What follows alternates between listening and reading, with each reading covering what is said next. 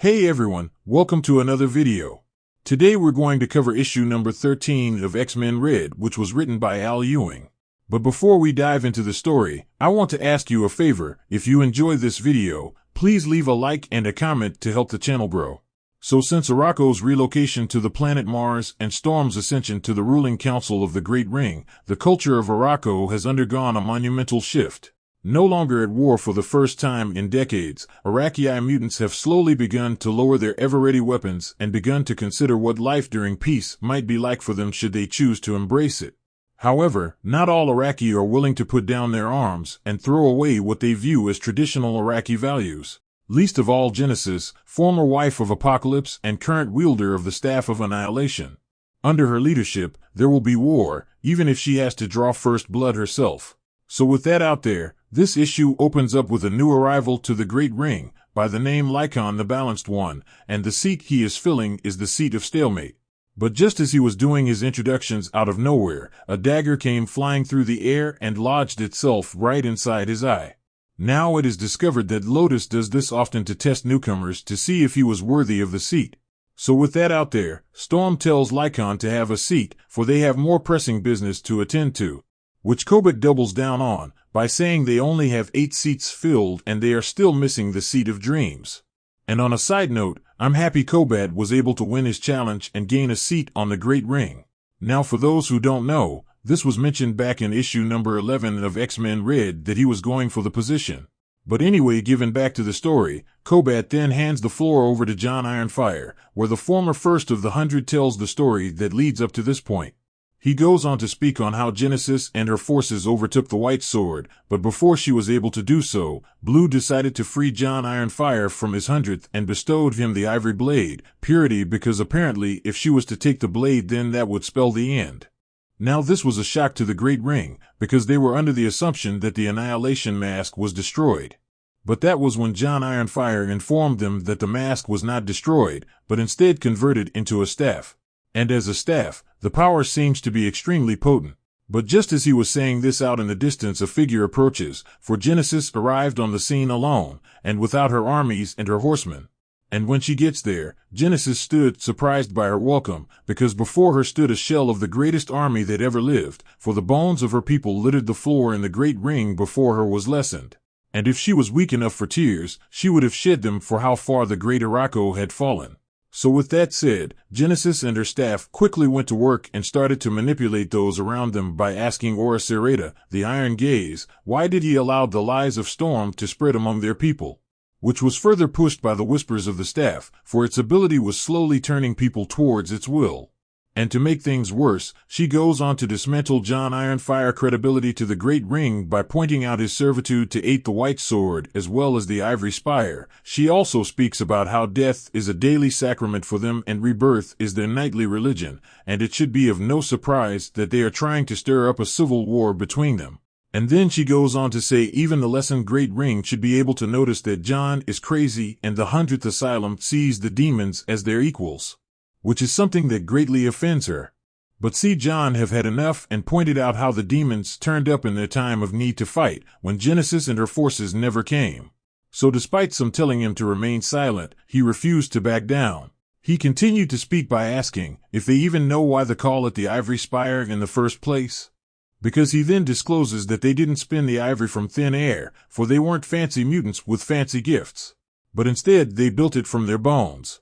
Because they died hundreds of thousands of times as they waited, because they were the front lines. They was the first wave and Genesis was supposed to be the second, the reinforcements. But she never came.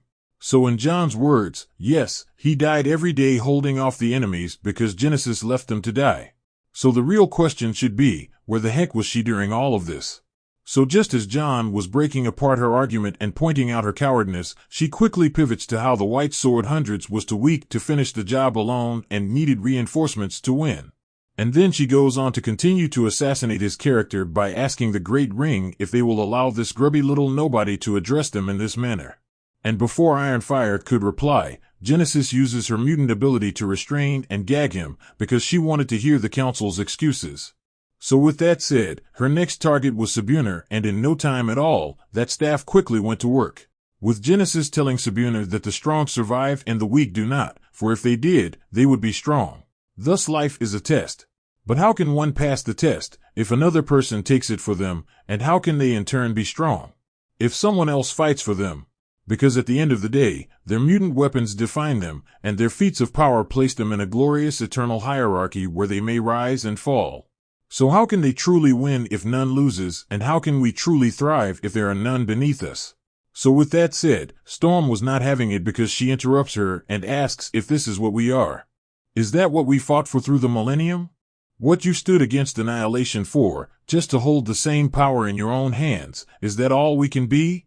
So the question laid before Genesis claps back by saying you bring your feelings to a place of cold facts. The strong are strong and the weak are weak. That is a simple nature, but with the proper encouragement, the weak can become strong. This time of peace was a time of opportunity, a time to fortify ourselves, to fortify the earth, to teach the world to stand on their own feet. But instead we coddled them with our sacrifice. And, under Storm's influence, Arakko fled and grew fat and complacent on the world of luxuries and paid the price. For the seat of loss, you ask many questions, but I only have one for you. And the question was, who is this we? Because the true Arakko fought and died against the demons of Amenth and the Eternals of Earth. But while all that was going on, where were you? Referring to Storm's absence. Now this line of questioning alone with the staff drove a wedge deep in between the great ring. Because Lycon quickly stated that Lady Genesis speaks wisdom, for the newcomer had led them in error.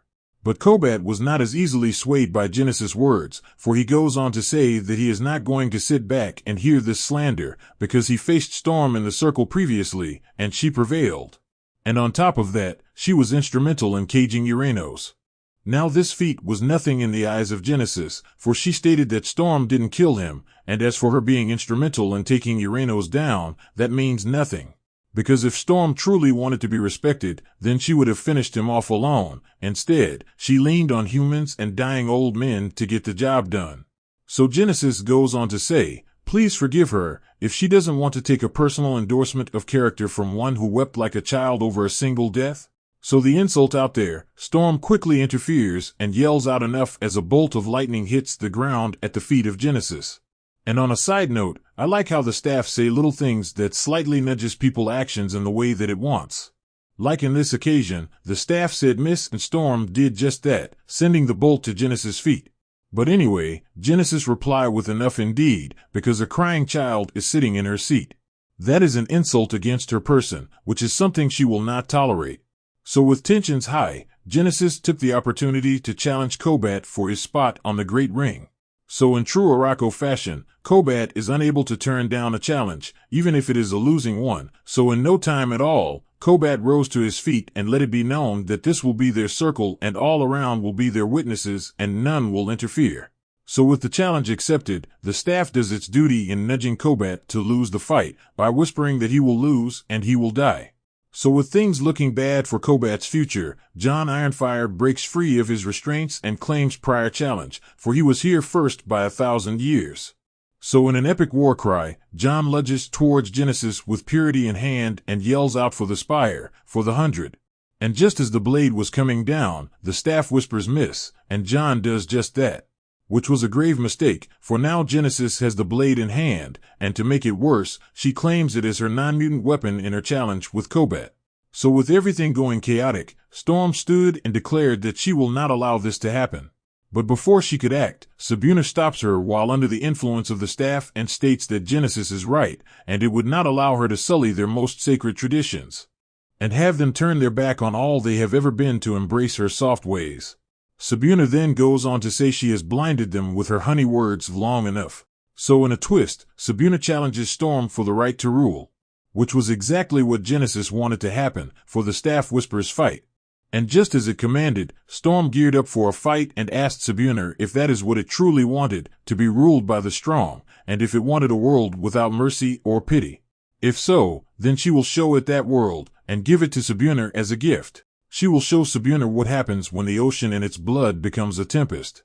So with all-out war about to break out, Logos turns to Lactuca and states that he knows all things so he must know that this is wrong. Which Lactuca replies with maybe, maybe not, but what is it to me? Logos then goes on to say that Genesis wanted to shape Arakko in her image, but she lost that right when she wore the helm and failed Arakko. So with that said, now she wants to own them, which in Logos' words is a challenge to all of them. So because it is a challenge to all of them, then by law they must answer it, but not on her rules, but by their terms. So with Logos' words out there, Laktuka replies with the stars move still, Logos what is a word to him, and yet the staff tips the scales with its whispers. So to level the playing field, Laktuka moved to tip them back. By stating to be strong is to survive, says Genesis, so the rebels of Arakko will survive. So in a blink of an eye, Laktuka teleports everyone who wasn't influenced by the staff and Genesis away to an unknown location. So with half of the council gone, Genesis declares that they ran, but Aura states that it believes that this can't legally be called that. But Laktuka did indeed commit an insult by interfering though, so Genesis is free to take this as a challenge if she likes. Which Laktuka agrees with and asks her if she wanted to challenge it. And in a twist the all-strong and powerful, Genesis backed down from a confrontation and turned her back and followed the words of the staff. Because she knows and the staff knows that they don't want those problems. So Genesis chose to stick to her previous interpretation of events and stated that they ran.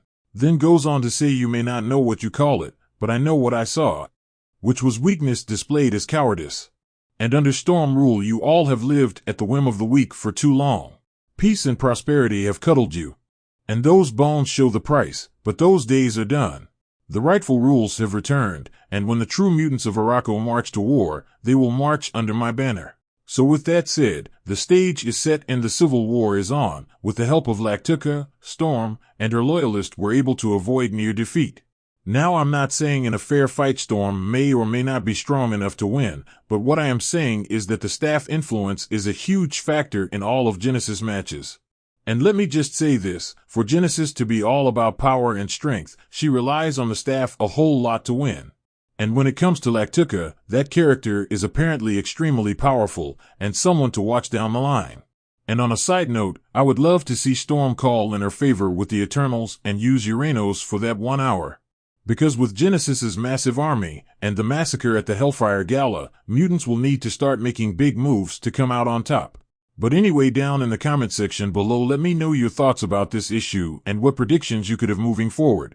So with that established, I hope you enjoyed this video and please don't forget to leave a like and a comment if you want to see more videos like this. Thank you for watching, and I'll see you in the next video.